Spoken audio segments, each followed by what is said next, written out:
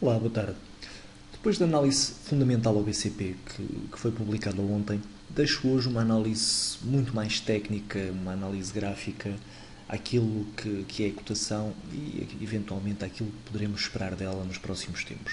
O BCP tem assente o seu movimento ascendente do último ano numa linha de tendência que pode e deve ser considerada como válida. Repare-se, tem aqui um primeiro ponto de toque, uma segunda zona de toque, terceiro toque e quarto toque. Apesar do gap temporal que logo desde si enfraquece a linha, poderemos e deveremos considerar esta linha como quebrada a partir deste ponto. Aquilo que estamos a viver neste momento parece ser uma reação à linha quebrada e será a magnitude dessa reação que nos ajudará a definir se estaremos perante um redesenhar desta linha de tendência, o que poderá acontecer perfeitamente. Poderemos ter aqui uma nova linha de tendência a formar-se com uma menor amplitude técnica, ou então se estaremos perante uma inversão desta linha de tendência. Há que ter em consideração aqui também que o BCP esteve aqui a negociar durante algum tempo naquilo que era considerado na altura, naquilo que considerei na altura, um eventual padrão de consolidação em retângulo, mas que acabou por se transformar num padrão de inversão. O retângulo, como sabem, tanto poderá ser considerado um padrão de consolidação como um padrão de inversão. Neste caso em concreto, funcionou como padrão de inversão, ou pelo menos aparentemente terá dado origem a um movimento descendente e poderá eventualmente continuar nesse movimento descendente. Reparem, tivemos aqui a amplitude do padrão e a consequente projeção já atingida em baixa, e aquilo que estamos a ter neste momento é um reteste a este padrão quebrado. Poderemos perfeitamente ter, neste momento, atingido um novo máximo relativo inferior ao anterior. Se assim fosse, teríamos aqui um ciclo de 3 máximos relativos inferiores ao anterior, o que é sempre um ponto negativo. A partir do terceiro lower high, começamos a ficar preocupados com uma eventual tendência descendente, e aquilo que deve ser considerado aqui no BCP neste momento. Repare-se, já estamos a cerca de 7,5% deste ponto, por isso, eventualmente, se continuarmos com o movimento descendente um pouco mais, pelo menos até aqui aos 18,48, que temos aqui uma pequena zona de suporte, se essa zona for quebrada em baixa, poderemos considerar esta zona como uma zona de lower high. Ora, mas apesar de tudo,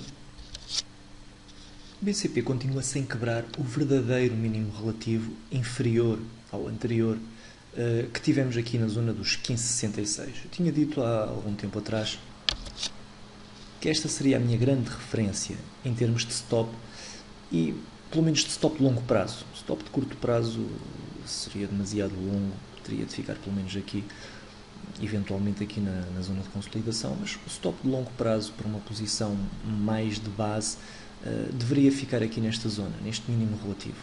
Repare-se que a cotação quase que o atingiu intraday, mas não chegou a atingi-lo, por isso ainda continuamos com um padrão de mínimos relativos consecutivamente superiores ao anterior. Mínimos relativos bem definidos, temos este, e neste momento temos aqui esta zona como uma zona de franca definição.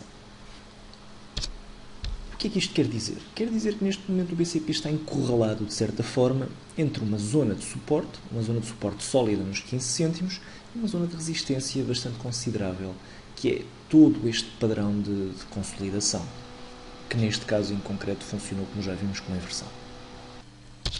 Ora, o que esperar então dos próximos tempos? Existe uma de duas possibilidades. A primeira possibilidade, menos realista na minha opinião, é o BCP quebrar em primeiro lugar logo este ponto aqui em alta e ir testar pelo menos aqui a zona de resistência. Fazer aqui uma nova consolidação e avançar para máximos. Isto é uma possibilidade, a possibilidade mais otimista, e seria a possibilidade que se enquadraria com um cenário de mínimos relativos consecutivamente superiores ao anterior, considerando este mínimo relativo ainda assim superior a este, eventualmente fazermos aqui um novo mínimo, que até pode ser mais abaixo, um novo mínimo, e depois irmos para máximos. Esta seria a possibilidade mais realista, ou melhor, mais otimista do ponto de vista técnico. A mais realista, na minha opinião, será uma aproximação aos mínimos, e aqui sim teremos toda a definição. Esta definição vai ser ajudada certamente com o anúncio do aumento de capital e com a diluição substancial que poderá daí advir. Como vimos ontem, se estivermos a falar de uma diluição de cerca de 25%, é possível que a cotação seja, pelo menos que os 15 cêntimos sirvam como referência.